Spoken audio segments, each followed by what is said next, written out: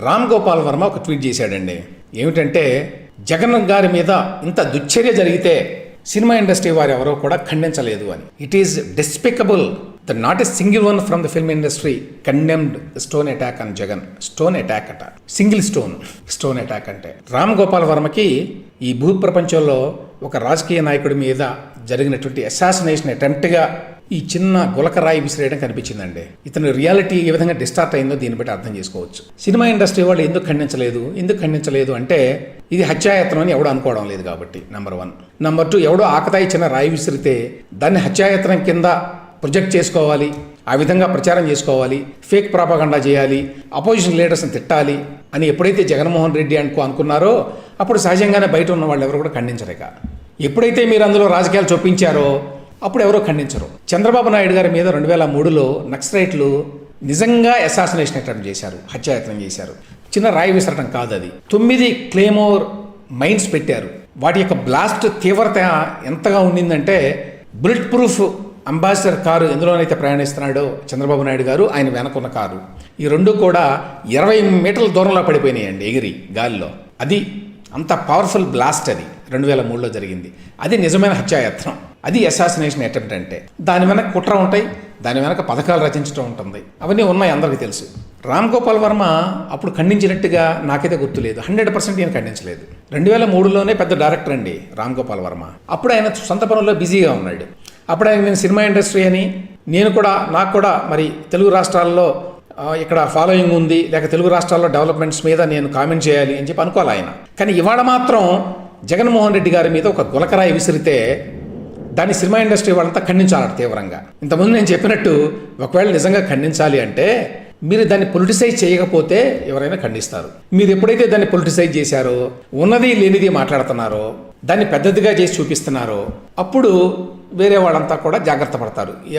అందులోకి మనం జోక్యం చేసుకోకూడదు, అందులోకి మనం వెళ్ళకూడదు అని. నిజంగా రామ్ గోపాల్ వర్మకి ఈ చిన్న రాయి వేయడం అనేది ఒక పెద్ద స్టోన్ అటాక్ అట. స్టోన్ అటాక్ ఎంత పెద్ద పదమో చూడండి. చంద్రబాబు నాయుడు గారి మీద గత కొద్ది నెలల్లోనే ఎన్నోసార్లు ఈ సోకాల్డ్ స్టోన్ అటాక్స్ జరిగినాయి కదండి.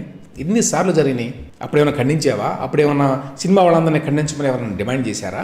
చాలామంది మీద జరిగినాయి, అవి చాలా తీవ్రంగా జరిగినాయి. ఇంకా ఇప్పుడు జరిగింది లోన్ ఇన్సిడెంట్, అది చాలా చిన్నది యాక్చువల్గా కంపారిటివ్గా. అంటే ప్రపోర్షన్ అనేది ఏమీ లేదా అంటే రామ్ గోపాల్ వర్మకి సెన్స్ ఆఫ్ ప్రపోర్షన్ అనేది కోల్పోయి అతను చాలా కాలం అయిందండి. అతను ప్రస్తుతం ఏంటంటే he is I think clearly sponsored by YSRCP. కొంచెం తెలివితేటలు ఉన్నాయి కాబట్టి ఆ తెలివితేటలను ఉపయోగించి అతను ఒక బేరంగా దుర్చుకొని మాట్లాడుతున్నాడు. అది క్లియర్గా తెలుస్తోంది.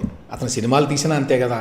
ఆ తీసిన సినిమా ఎవడు చూడలా, వ్యూహం అని పెద్ద ప్లాన్ తోటి తీశాడు. అది అటాక్ అంటే యాక్చువల్గా. ఇది స్టోన్ అటాక్ అన్నాడు కదా, అది యాక్చువల్గా ఈస్థెటిక్ అటాక్ ప్రజల మీద, ప్రజల సెన్సిబిలిటీస్ మీద అటాక్. అది ఎవడు చూడలేదు, అందుకనే దానికి ఎన్ని కలెక్షన్లు వచ్చినాయి చెప్పలేయన. ఇప్పటికి చూస్తున్నా, ఎప్పుడన్నా చెప్తాడేమో ఎంత భారీ ఎత్తున వ్యూహం అనే సినిమా హిట్ అయింది అనేది. జనం దాన్ని కంప్లీట్గా రిజెక్ట్ చేశారు.